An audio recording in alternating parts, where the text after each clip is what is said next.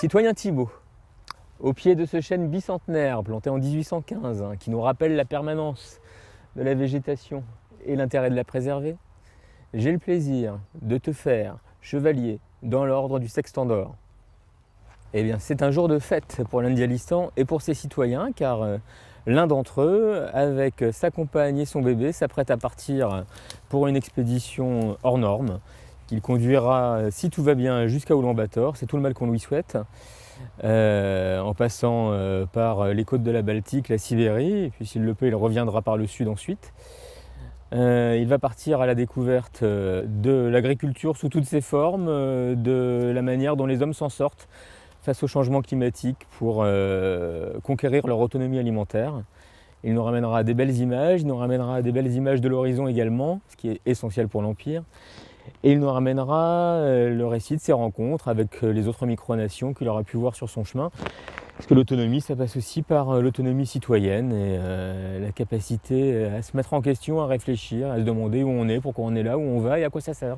Alors en fait, après avoir fait quelques road trips en amoureux, en voiture, on avait envie d'un truc plus confortable pour pas avoir à sortir à la tente et tout le matos à chaque fois qu'on s'arrêtait.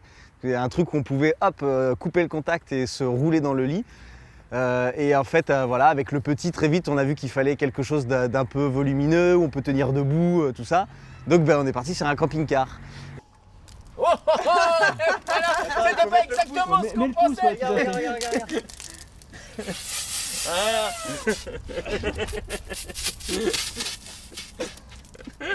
Voilà, ça. Ah bah, il n'y a pas de problème.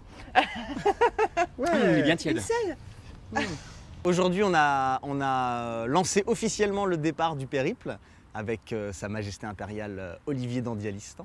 On a toujours remarqué dans nos voyages que les locaux, les gens qui vivent, qui vivent dans ce monde sont toujours ravis de rencontrer des nouvelles personnes, sont toujours ravis de rencontrer des gens qui viennent de loin et que tout ce qu'on voit aux infos et ce qu'on entend à la télé finalement, ce sont que des conflits d'ego politiques et gouvernementaux. Et les peuples qui sont sur la Terre et qui occupent la Terre, ils sont toujours ravis de rencontrer des nouvelles personnes qui viennent de nouveaux horizons.